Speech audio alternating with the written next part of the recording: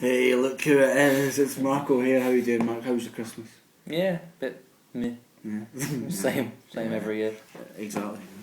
We looked forward to it for so long, but by the time we reached December 29th, we're bored of it. Bored of our family and want to get back to our professional lives. And Got some good gloves actually. good gloves. I've Yeah. never had a pair of gloves in my life. No. Never had an umbrella in my life.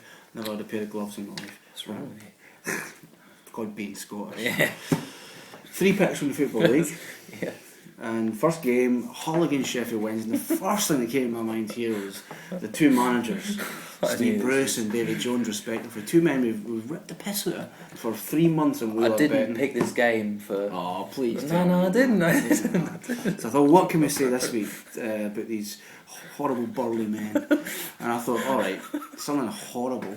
If I put a gun to your head and said, you must spend the night with one of those two in a Dusseldorf hotel, which I like which one, Dusseldorf. yeah, which one would it be? You make a call here. Dave Jones? Dave Jones. Oh. I thought I was actually priced up 8 to 13.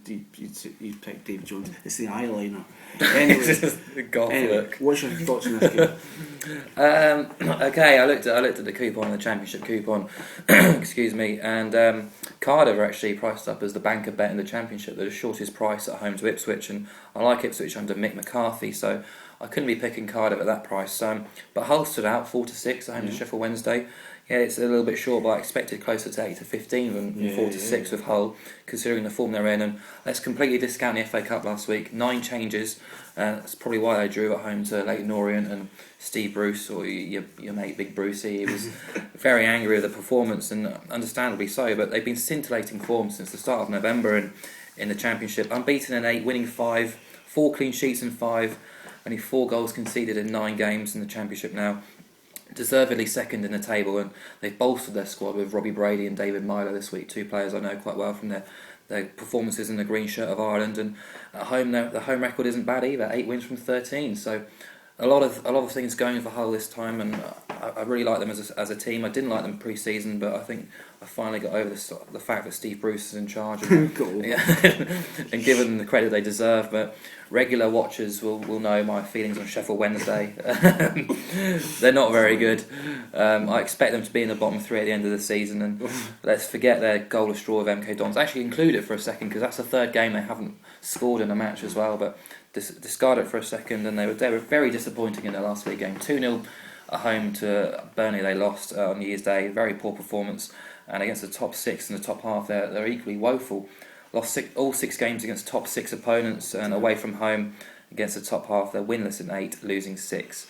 Wednesday are rubbish. Yeah, not a fan. Hull are good, 4-6. I like it. I like the sound of that. The funniest thing I saw at Christmas time was Police Academy 6 Mission in Moscow. I watch it every Christmas with the family, and it's all the highlight of Every my Christmas. Oh, it's a must. But the second funniest thing during this Christmas was undoubtedly the game that Sheffield United played between Christmas and New Year. They were celebrating 150 years of Bramall Lane.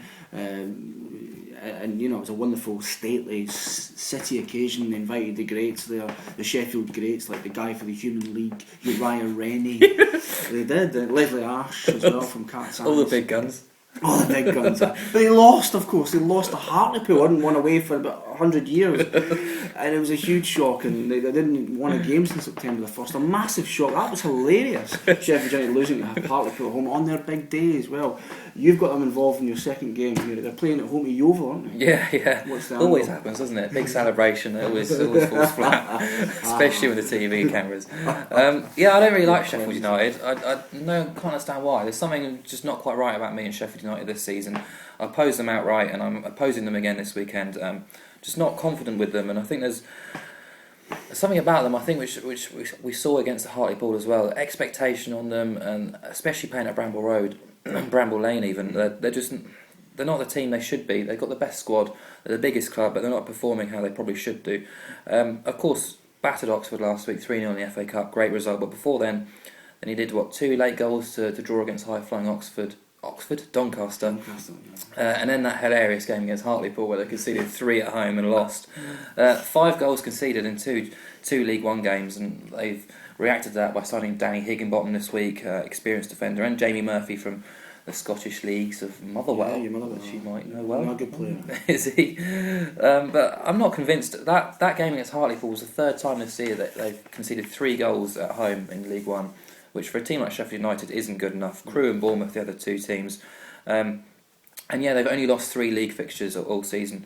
Very impressive. But at home, they failed to win 7 of their 13 league matches. For a team who are favourites to win outright, that's not good enough in my eyes. So 4-6 has got to be swerved completely. You look at Yeovil.